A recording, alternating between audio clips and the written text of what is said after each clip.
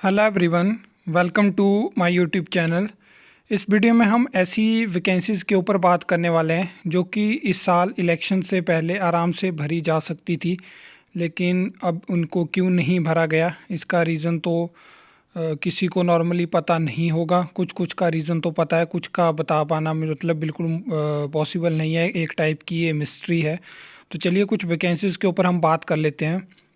अगर हम home guard की वैकेंसीज़ के ऊपर बात करें तो नॉर्मली इनको इस साल में आराम से भर सकते थे, लेकिन इनको पेंडिंग में डाल दिया। और अगर मैं अगले साल की बात करूं तो अगले साल की बड़ी भर्तियों में से एक भर्ती आपको होम गार्ड की देखने को मिलेगी, और ये अगले साल ज़रूर इसकी भर्ती करनी पड़ेगी क्योंकि काफ़ी ज़्यादा वैकेंसीज़ हैं।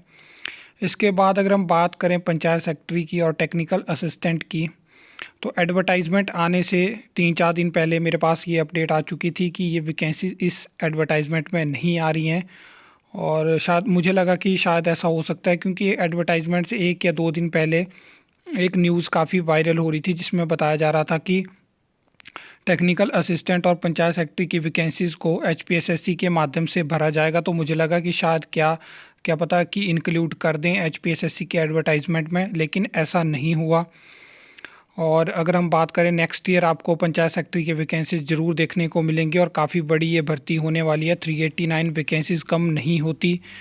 इसके बाद अगर हम टेक्निकल असिस्टेंट की बात करें तो टेक्निकल असिस्टेंट की जो पहले की 2020 की भर्ती हुई है उसमें भी कुछ कोर्ट केसेस चले हुए हैं सैलरी से रिलेटेड, तो इस वजह से इनको भेजा ही नहीं गया एचपीएसएससी के माध्यम से इनको फिल करवाने के लिए। क्योंकि ऐसा होता है कि आज तक जो भी टीए वगैरह लगे हुए हैं टेक्निकल असिस्टेंट तकनीकी सहायक और वो जिला परिषद कैडर के अंडर, तो उसमें उनको डायरेक्ट मतलब एक ब्लॉक में इंटरव्यू परफॉर्मा जो बनता है उसके बेसिस पे रखा हुआ, तो उनको सैलरी एक्चुअल में वो नहीं मिल रही है जो कि आरएनपी रूल्स हैं पंचायती राज डिपार्टमेंट में। तो कुछ इस तरह के केसेस चल रहे हैं जिस वजह से ये भर्ती लंबी चली गई है, और देखते हैं कि अगले साल ये हो पाती है या नहीं हो पाती है।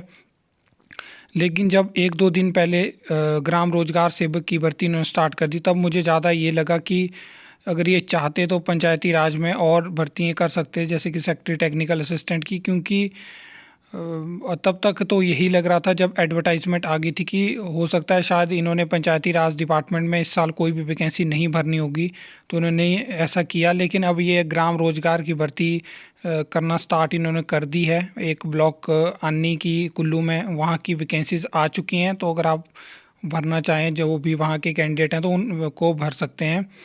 इसके बाद अगर हम बात करें असिस्टेंट माइनिंग इंस्पेक्टर, तो ये जून से जो था कैबिनेट से ये अप्रूव हो चुकी थी, तो इनको भी इस एडवर्टाइजमेंट में इंक्लूड करना चाहिए था, लेकिन इनको भी इंक्लूड नहीं करा। अब मतलब नेक्स्ट एडवर्टाइजमेंट नॉर्मली अगर मैं आपको बताऊं तो नेक्स्ट ईयर आपको मई या जून में देखने को मिलेगी, उससे पहले आपको एडवर्टाइजमेंट देखने को नहीं मिलने वाली है। अगर हम अगले साल की बड़ी भर्तियों की बात करें तो उसमें मैंने आपको बता दिया, एक तो पंचायत सेक्रेटरी की भर्ती होगी, फिर होम गार्ड की होगी, फॉरेस्ट गार्ड की भी अगले साल भर्ती होगी, और इसके अलावा पटवारी की अगले साल भर्ती होने वाली है। तो ये आपको बड़ी भर्तियां अगले साल देखने को मिलेंगी जिनमें काफ़ी अच्छी वैकेंसीज आपको देखने को मिल सकती हैं।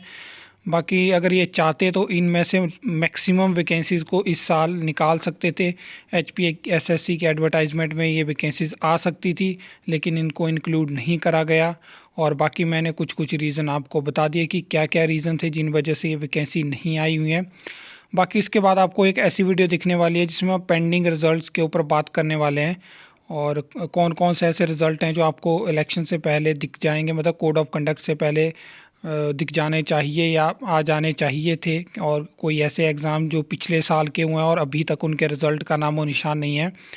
तो आई होप आपको ये वीडियो अच्छी लगी होगी, इन्फॉर्मेटिव लगी होगी। तो आप वीडियो को लाइक कमेंट शेयर कर सकते हो, चैनल को सब्सक्राइब कर सकते हो फर्दर न्यू अपडेट्स के लिए।